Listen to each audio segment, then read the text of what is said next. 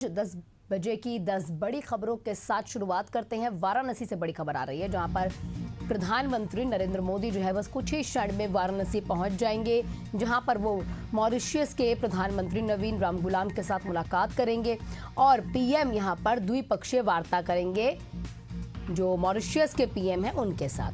आर्थिक और पर्यटन के साथ कई मुद्दों पर यहां चर्चा होगी। बड़ी खबर, बड़ी जानकारी हम आपको दे रहे हैं। बस कुछ ही क्षण और लगभग वो समय बताया जा रहा है कि 10:30 बजे पीएम नरेंद्र मोदी जो है वाराणसी पहुंच जाएंगे और उसके बाद वो मॉरिशस के पीएम नवीन रामगुलाम के साथ मुलाकात करेंगे और मुलाकात के बाद द्विपक्षीय वार्ता होगी, जो दोनों देशों के लिए पर्यटन और कहीं ना कहीं आर्थिक लाभ पहुंचाएगी।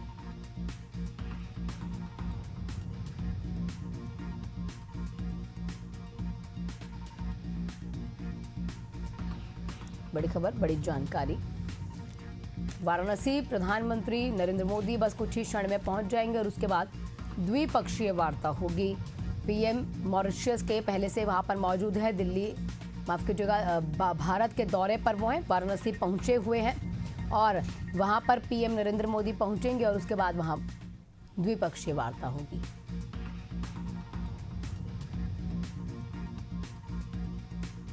बड़ी खबर, बड़ी जानकारी हम आपको दे रहे हैं। द्विपक्षीय वार्ता आज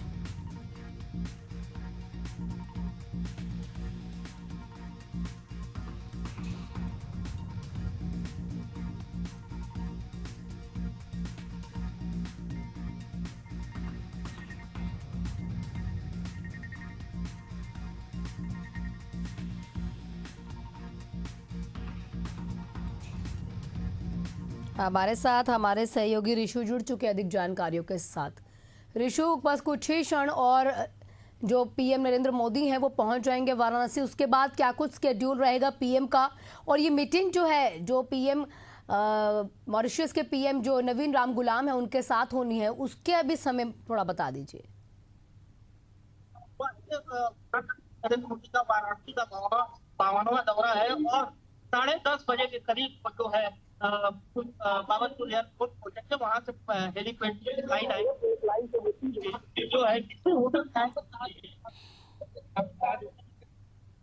मॉरिशस के प्रधानमंत्री नवीन रामगुलाम मौजूद है और यहीं से करीब 1.5 घंटे की उनसे वार्ता होगी और उस वार्ता में जो है भारत की संस्कृति को लेकर और जाति के आधार से और कूटनीति पे विचार होगा। ऋषु, आपसे ये भी जानना चाह रहे हैं आगे कि पीएम जो है मॉरिशस के पीएम के साथ मुलाकात किस समय करेंगे और मॉरिशस के पीएम का आगे का क्या स्केड्यूल रहेगा भारत में?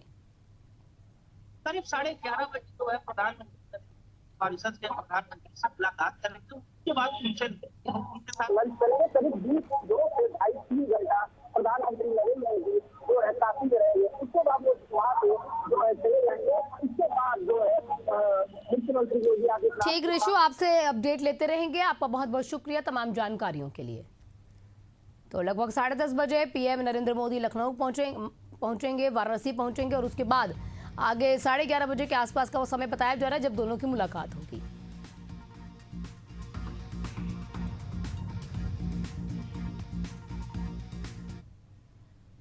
इस बीच बड़ी खबर रायबरेली से आ रही है, जहां पर राहुल गांधी पहुंचे हुए हैं। एनटीपीसी गेस्ट हाउस में जनता दरबार लगाएंगे। जनता दरबार में लोगों की समस्याओं से रूबरू होंगे। पार्टी के पदाधिकारियों और कार्यकर्ताओं के साथ भी वो मुलाकात करेंगे। दोपहर लगभग 12 बजे के आसपास कलेक्ट्रेट बचत भवन पहुंच जाएंगे राहुल गांधी और उसके बाद कई बैठकें इसमें होंगी और अध्यक्षता भी करेंगे बैठक की। जनपद के अधिकारियों के साथ वो बातचीत करेंगे। आगे की रणनीति किस तरीके से अपनी पार्टी को और मजबूत करना है उसके ऊपर तमाम चर्चाएं होंगी। बड़ी खबर, बड़ी जानकारी आपको दे रहे हैं। राहुल गांधी का 2 दिवसीय रायबरेली का दौरा है और उसमें तमाम जो चीजें थी, अब दोपहर 12 बजे जो है कलेक्ट्रेट का जो बचत भवन है वहां पर पहुंचकर वो मुलाकात करेंगे अपने कार्यकर्ताओं के साथ, अपने कुछ नेताओं के साथ। एनटीपीसी गेस्ट हाउस में जनता दरबार भी लगाया जाएगा। लोगों की समस्याओं से वो रूबरू भी होंगे, रायबरेली की जनता की समस्याओं से, और उसके बाद तुरंत के तुरंत निराकरण होगा।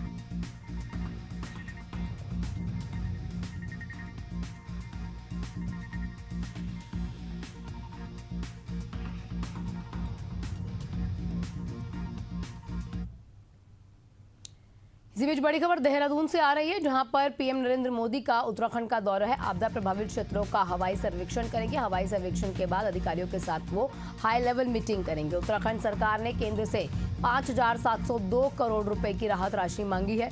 शाम 7 बजे पीएम मोदी देहरादून से दिल्ली के लिए रवाना हो जाएंगे। बड़ी खबर, बड़ी जानकारी हम आपको दे रहे हैं। शाम 7 बजे पीएम मोदी जो है देहरादून से दिल्ली के लिए रवाना हो जाएंगे और उत्तराखंड सरकार ने केंद्र सरकार से 5,702 करोड़ रुपए की राहत राशि मांगी है। आप सभी जानते हैं, पहाड़ों से मैदान तक बारिश के कारण जो हालात, जो भयावह मंजर देखने को मिल रहा है, इसी को लेकर लगातार पीएम नरेंद्र मोदी जो है हवाई सर्वेक्षण कर रहे थे। उत्तराखंड भी वो गए थे और उत्तराखंड में जाकर वहां का भी आंकलन किया था, जायजा लिया था और उसके बाद पंजाब भी गए थे। लेकिन अभी उत्तराखंड की अगर बात करें तो 5,702 करोड़ रुपए की राहत राशि क्योंकि उत्तराखंड के लिए मांगी गई है। अब देखना होगा कि आगे हाई लेवल मीटिंग करने का क्या कुछ अपडेट आता है। हमारे साथ हमारे सहयोगी संवाददाता देवाम जुड़ चुके हैं तमाम जानकारियों के साथ। देवाम, क्या कुछ अपडेट आपके पास? 5,702 करोड़ रुपए की जो राशि मांगी गई है आपदा के लिए, क्या ये बताया जा रहा है? क्योंकि आपदा देखने को मिली थी उत्तराखंड में, तो जितनी भी चीजें हैं, क्या ये राशि स्वीकृत हो चुकी है?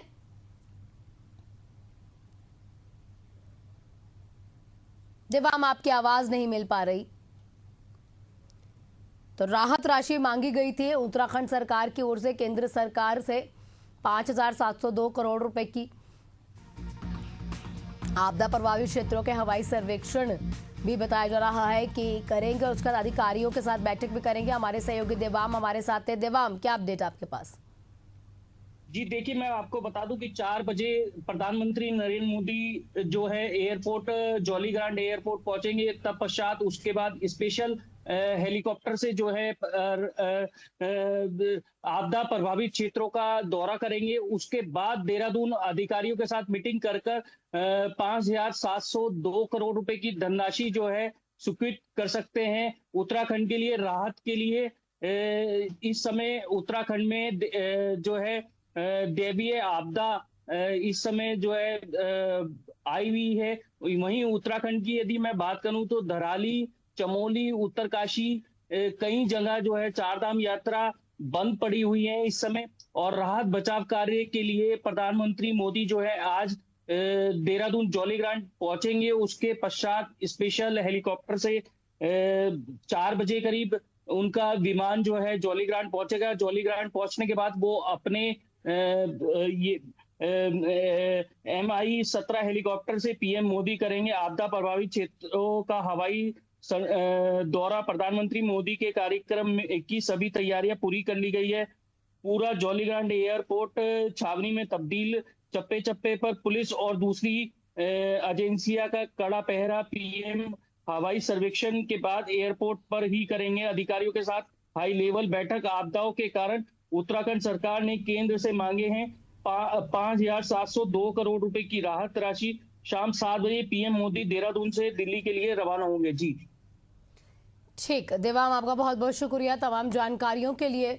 और यहाँ पर लगातार जो है लगभग 4 बजे के आसपास का समय हमारे सहयोगी ने बताया है कि जब पीएम नरेंद्र मोदी जो है पहुंच जाएंगे उत्तराखंड और वहां पर हवाई सर्वेक्षण के बाद अधिकारियों के साथ हाई लेवल मीटिंग होगी, जिसमें ये कहीं ना कहीं देखा जाएगा कि जो उत्तराखंड के हालात, अभी भयावह मंजर कहीं ना कहीं देखने को मिला था पिछले दिनों, जो पहाड़ों से लेकर मैदान भारत में जो तस्वीरें लगातार सामने आ रही हैं बारिश के कारण। फिलहाल उत्तराखंड का आकलन करने के लिए पीएम नरेंद्र मोदी पहुंच जाएंगे और उसके बाद राहत राशि जो है आपदा प्रभावित क्षेत्रों के लिए राहत राशि जो है दी जाएगी।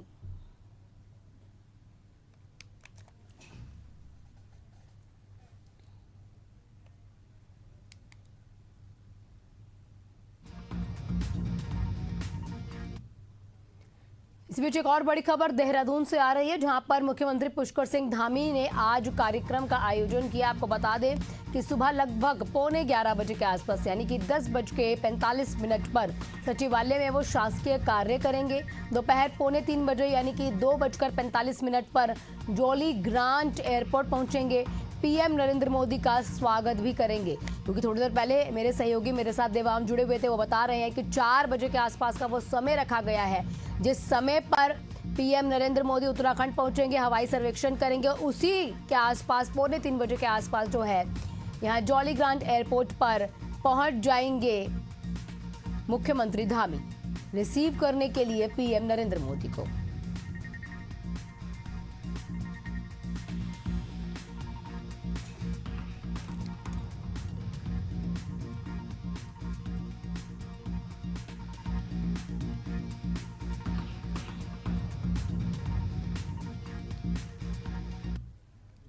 इसी बीच बड़ी खबर राजधानी भोपाल से आ रही है, जहां पर मुख्यमंत्री डॉक्टर मोहन यादव टॉपर्स को सौगात देंगे। प्रदेश के 7,832 विद्यार्थियों को स्कूटी दी जाएगी, स्कूटी की राशि दी जाएगी। 12वीं के टॉपर्स को ये स्कूटी की राशि मिलेगी। निःशुल्क स्कूटी प्रदाय योजना के तहत सबके खातों में ये राशि डाली जाएगी। 20,000 से ज्यादा बालिकाओं के खाते में 7 करोड़ रुपए का स्टाइपेंड भी उन्हें दिया जाएगा। बड़ी खबर, बड़ी जानकारी आपको दे रहे हैं। 7 करोड़ का स्टाइपेंड भी दिया जाएगा, बच्चियों को स्कूटी भी दी जाएगी। अब बच्चियां आगे पढ़ेंगी तभी तो ये देश बढ़ेगा। ये प्रोत्साहित राशि जो है ये अब उनके खातों में डायरेक्ट डाल दी जाएगी, ताकि बच्चियां अपने लिए स्कूटी पे जा पाए और दूर दराज अगर कहीं ट्यूशन हो, कहीं पढ़ने जाना हो या स्कूल हो या कॉलेज भी हो तो उन्हें पैदल सफ़र ना करना पड़े, अब वो स्कूटी से जाए।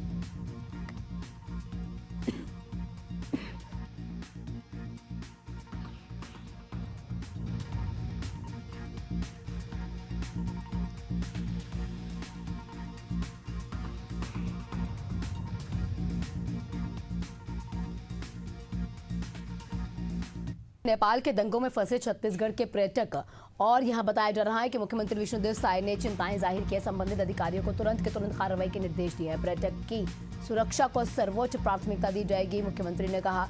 बता दें आपको कि अधिकारियों से संपर्क करके सकुशल वापसी की कोशिशें भी लगातार जारी हैं, ऐसा मुख्यमंत्री ने सोशल मीडिया हैंडल एक्स पर लिखकर जानकारियां साझा की। आपको ये जानकारी दे दें कि नेपाल के हालात भयावह स्थिति थी वहां पर, और अब सेना के हाथ में कमान आ चुकी है और वहां हमारे कुछ पर्यटक, कुछ ऐसे भारतीय हैं जो फंसे हुए थे, मध्य प्रदेश और छत्तीसगढ़ के भारतीय वहां फंसे हुए थे, उनको वापस लाने की कवायद जो है मुख्यमंत्री के द्वारा की जा रही है और लगातार अधिकारियों के साथ उन्होंने संपर्क साधा हुआ है।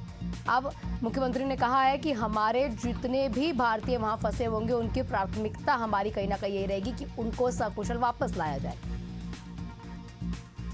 उनकी सुरक्षा को सर्वोच्च प्राथमिकता देते हुए संबंधित अधिकारियों को तुरंत आवश्यक कदम उठाने के निर्देश जो है मुख्यमंत्री के द्वारा दे दिए गए हैं।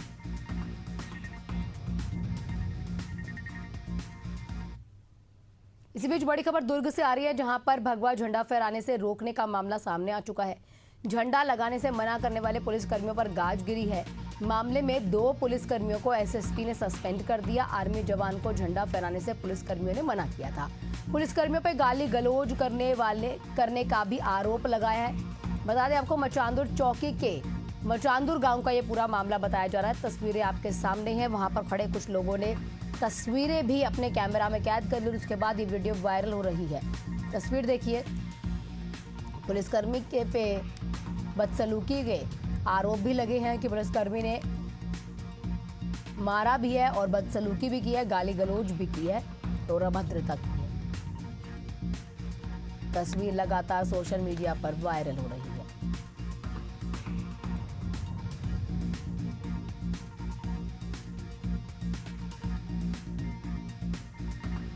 तस्वीर देखिए, मामले में 2 पुलिसकर्मी बताया जा रहा है कि एसएसपी ने सस्पेंड कर दिए हैं।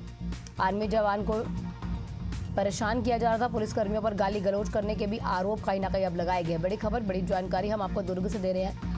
भगवा झंडा फहराने से रोकने का ये पूरा मामला है। झंडा लगाने से मना करने वाले पुलिसकर्मियों पर अब गाज गिरी है। यहाँ ये भी बताया जा रहा है कि जो 2 पुलिसकर्मी हैं, आप ये देख लीजिए, सिविल ड्रेस में है, यानी कि जिसने टी-शर्ट और पजामा पहन रखा है, पुलिस की वर्दी नहीं पहन रखी है, वो भी जवान ही है, पुलिसकर्मी ही है। उसके साथ में एक और शख्स जो वर्दी में पुलिसकर्मी है, उसको भी अब सस्पेंड कर दिया गया है।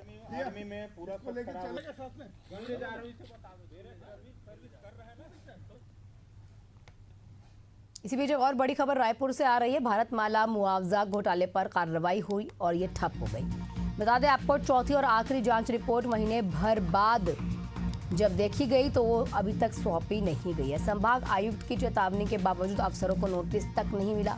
164 से ज्यादा दावे और आपत्तियों की जांच अधर में लटकी हुई है। ये जानकारी आपको दे दें कि एक समिति अब तक रिपोर्ट देने में नाकाम रही है। बार बार 15-15 दिन का वक्त लिया जा रहा है, लेकिन नतीजा शून्य है।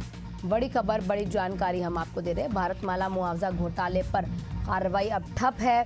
चौथी और आखिरी जांच रिपोर्ट भी महीने भर के बाद भी नहीं सौंपी गई है। संभाग आयुक्त की चेतावनी के बावजूद अफसरों को नोटिस तक दिया गया।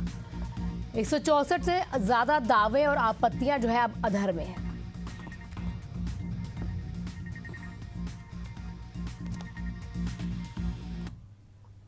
इसी बीच बड़ी खबर ग्वालियर से आ रही है, जहां पर तेज रफ्तार कार का कहर देखने को मिला। चेकिंग से बचने के लिए कार जो है उसने दौड़ाई। आरक्षक को बोनट पर टांग कर चालक अपने साथ ले गया। कई गाड़ियों में टक्कर मार दी और इसमें 4 लोग घायल हो जाते हैं। भीड़ ने कार चालक को पीट कर पुलिस के हवाले कर दिया और पड़ाव थाना क्षेत्र के स्टेशन चौराहे का यह पूरा मामला बताया जा रहा है। बड़ी खबर, बड़ी जानकारी हम आपको दे रहे हैं। ये देखिए, बाद में इस शख्स को पूरे तरीके से मारा जाता है और पुलिस के हवाले किया जाता है चालक को।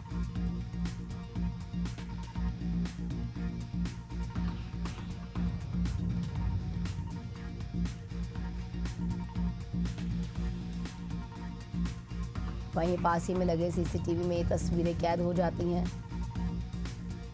तेज रफ्तार का कहर देखने को मिला। चेकिंग से बचने के लिए ये शख्स जो एकदम से कार दौड़ाता है, आरक्षक को बोनट पर टांग कर अपने साथ ले गया। इसी बीच बड़ी खबर मुजफ्फरनगर से आ रही है। पुलिस और बदमाशों के बीच मुठभेड़ हुई। इसमें 5000 का इनामी बदमाश घायल हो जाता है। पंप और तमंचा कारतूस भी मौके से बरामद हुए। नई मंडी कोतवाली के नसीरपुर जंगलों में ये पूरी मुठभेड़ हुई है। बड़ी खबर, बड़ी जानकारी आपको दे रहे हैं। तमंचा भी मौके से बरामद किया गया, कारतूस भी मौके से मिला है।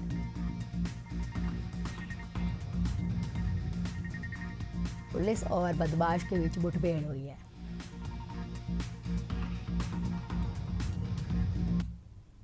मुजफ्फरनगर में अपराध एवं अपराधियों पे कार्रवाई के क्रम में आज नई मंडी पुलिस द्वारा मुठभेड़ की कार्रवाई, जिसमें एक सातिर किस्म का चोर पकड़ा गया है। मुठभेड़ के बाद आज लगभग 10 बजे अपराधियों पर नियंत्रण चेकिंग के क्रम में आज नई मंडी पुलिस रतेड़ी कट पे चेकिंग कर रही थी। उसी समय नसीरपुर के जंगलों की तरफ से एक संदिग्ध व्यक्ति बोरे में कुछ सामान लेकर आता दिखा। पुलिस के नज़दीक आने पर जब पुलिस टीम ने उसे रुकने के लिए कहा, एकाएक वो अपने पास रखे तमंचे से पुलिस टीम पर जान से मारने की नीयत से फायर करके पीछे की तरफ भागा। पुलिस टीम ने बचते बचते उसकी घेराबंदी की और जो नसीरपुर के जो ये जंगल में आकर जब कॉम्बिंग और सर्चिंग की कार्रवाई की तो गन्ने के खेत में मिला। बहरहाल ये बदमाश यहाँ से उसे बरामदगी पूछताछ के बाद इसे इलाज के लिए जिला अस्पताल भेज दिया गया है।